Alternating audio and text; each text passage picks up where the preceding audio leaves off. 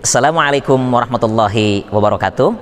Perkenalkan, nama saya Haji Faizal Fikri.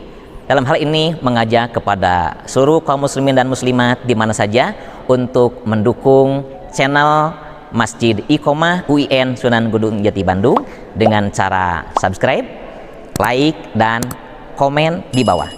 Jangan lupa tetap jaga protokol kesehatan dengan memakai masker, cuci tangan, dan menjauhi kerumunan. Wallahul muwafiq ila aqwamit thoriq. Assalamualaikum warahmatullahi wabarakatuh.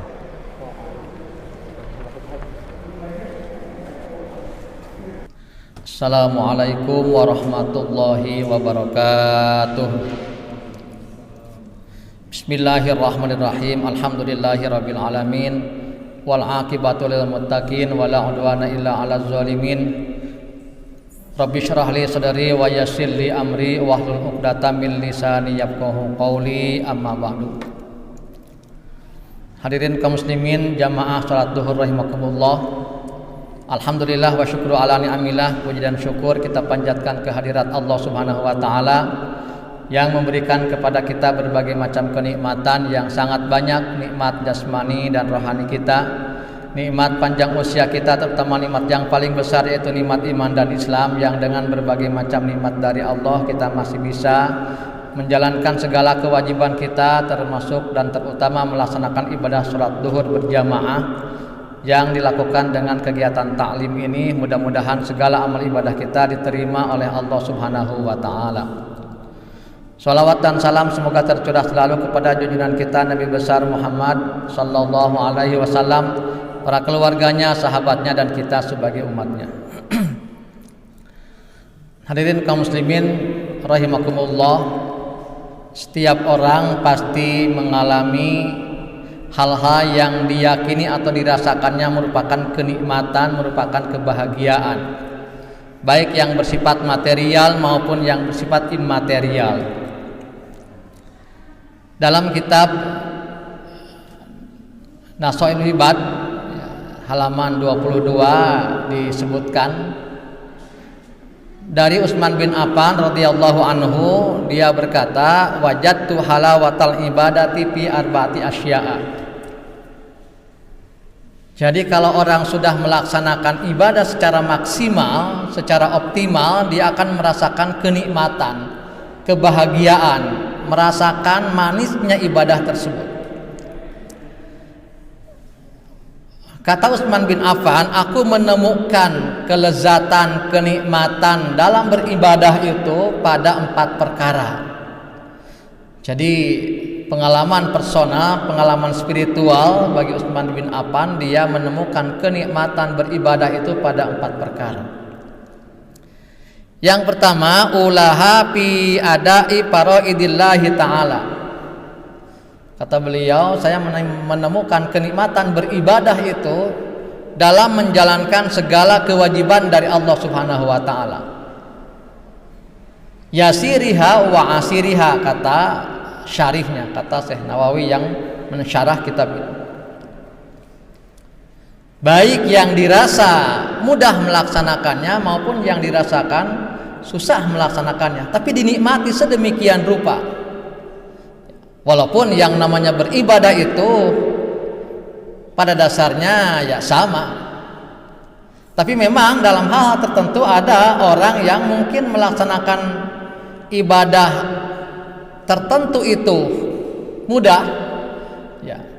Di lain kesempatan ada yang dirasakannya mungkin susah, memerlukan perjuangan yang luar biasa. Ya, misalkan kalau kita melihat ketika orang melaksanakan sholat maghrib itu biasanya masjid itu relatif penuh jamaahnya, relatif banyak jamaahnya.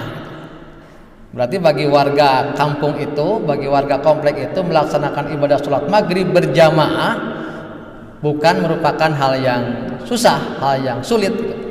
Tapi ketika waktu subuh, ya, biasanya yang sholat berjamaahnya tidak sebanyak orang yang melaksanakan ibadah berjamaah sholat maghrib. Berarti itu mungkin untuk jamaah subuhnya terasa sesuatu yang memberatkan, terasa sesuatu yang menyulitkan. Padahal kan statusnya sama, sama-sama sholat yang hukumnya wajib. Bahkan keutamaan ibadah sholat subuh berjamaah itu kan sangat besar. Man shalla subha fi jama'atin faka'annama qaman laila kullahu. Barang siapa yang melaksanakan ibadah sholat subuh berjamaah, maka pahalanya, keutamaannya seakan-akan dia melaksanakan ibadah sholat semalam penuh. 2 rakaatnya yang sebelum sholat subuh itu kan rakaat al-fajri khairum minad dunya wa ma fiha. 2 rakaat sholat fajar, sholat sunat qabla subuh lebih baik daripada dunia dan seisinya. Itu mungkin bagi sebagian orang terasa berat ya, sebab godaan setan pada saat itu sungguh luar biasa ya. Makanya tadi itu ya wajar kalau kenyataannya orang yang melaksanakan ibadah sholat subuh berjamaah itu tidak sebanyak orang yang melaksanakan ibadah sholat maghrib berjamaah, walaupun sama-sama statusnya ibadah maktubah, ibadah yang hukumnya fardu atau wajib itu. Nah, orang itu akan betul-betul merasakan kenikmatan, kelezatan beribadah itu manakala sudah bisa melaksanakan segala kewajiban-kewajiban yang digariskan oleh Allah Subhanahu wa taala. Ya. Melaksanakan saum wajib, saum sunat itu dinikmati dengan sebaik-baik. Itu kenikmatan, itu kelezatan dalam beribadah yang dikemukakan oleh Utsman bin Affan radhiyallahu anhu itu. Termasuk melaksanakan ibadah yang hukumnya wajib dan juga hukumnya sunnat itu dilaksanakan dengan sebaik-baiknya dan dinikmati dengan senikmat-nikmatnya. Ya. Sering dikatakan bahwa orang itu akan semakin dekat dengan Allah Subhanahu wa taala bukan dengan melaksanakan yang wajib saja. Sebab yang wajib itu sudah terbatas ya, ukurannya, jumlahnya. Sholat yang wajib kan sehari semalam sudah dibatas 17 rakaat. Tapi orang itu akan semakin dekat dengan Allah Subhanahu wa taala dengan melaksanakan yang sunnah-sunnahnya, baik yang rawatib maupun yang nawafil. Nah, ketika seseorang misalkan ingin merasakan semakin dekat dengan Allah Subhanahu wa taala, kan tidak bisa dia ngomong begini, karena saya ingin semakin dekat, ingin semakin mudah, ingin semakin cepat doa diijabah oleh Allah, nanti saya sholat isyanya mau 12 rakaat. Kan tidak bisa begitu.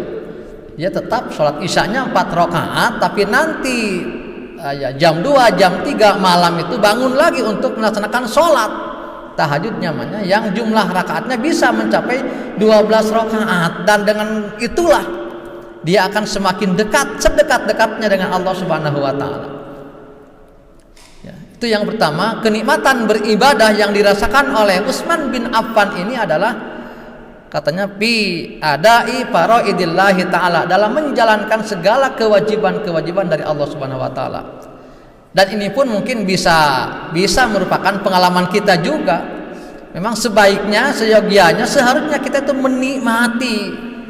menikmati pelaksanaan ibadah kepada Allah Subhanahu wa taala. Ya, makanya kan niatnya seikhlas, setulus mungkin, kemudian pelaksanaannya sekhusyuk mungkin, setartib mungkin, setartil mungkin. Kemudian tidak lupa melaksanakan pesan-pesan ibadah itu dalam kehidupan sehari-hari. Contoh misalkan sholat tadi, ya, kita niat sholat dengan berjamaah lillahi ta'ala, bukan karena kebiasaan, bukan karena atasan, bukan karena itu dan lain sebagainya, karena Allah. Kita melaksanakan sholatnya dengan sebaik mungkin, setartil mungkin, bacaannya sefasih mungkin. Kemudian nanti di luar sholat, di luar masjid, kita mengamalkan pesan-pesan moral sholat dengan sebaik-baiknya. Misalkan senantiasa menjaga kebersihan lahir batin, senantiasa disiplin, senantiasa tepat waktu, senantiasa patuh dan lain sebagainya. Itu nilai-nilai yang bisa ditanamkan di luar kita melaksanakan ibadah sholat ini. Kemudian yang kedua, Utsman merasakan kenikmatan beribadah, katanya pijtinabi maharimillahi ta'ala, dalam menjauhi segala yang dilarang, diharamkan oleh Allah Subhanahu wa ta'ala. Kan ada hal yang sifatnya, yang hukumnya wajib, ada hal yang hukumnya haram ya, yang kalau dikerjakan itu mendapatkan dosa, mendapatkan siksa dari Allah Subhanahu wa ta'ala. Kita menjauhi semuanya karena Allah Subhanahu wa taala, karena ikhlas kepada Allah Subhanahu wa taala, menjauhinya bukan karena apa-apa. Ya, menjauhi perbuatan berdusta, menjauhi perbuatan ghibah, perbuatan namimah, menjauhi perbuatan zina, menjauhi korupsi dan lain sebagainya, itu suatu kenikmatan. Sebab di situ kita mendapatkan pertolongan dari Allah Subhanahu wa taala. Sebab banyak orang yang terjerumus melaksanakan yang diharamkan itu. Nah, Utsman merasakan kenikmatan yang kedua dalam menjauhi larangan-larangan atau yang diharamkan oleh Allah Subhanahu wa taala. Ini pun bisa menjadi pengalaman kita. Ya, di hadapan kita, di sekitar kita banyak larangan-larangan Allah, banyak hal-hal yang diharamkan oleh Allah Subhanahu wa taala. Maka kita dengan sekuat tenaga, dengan sepenuh keyakinan meninggalkannya, menjauhinya, insya Allah akan mendapatkan kenikmatan itu.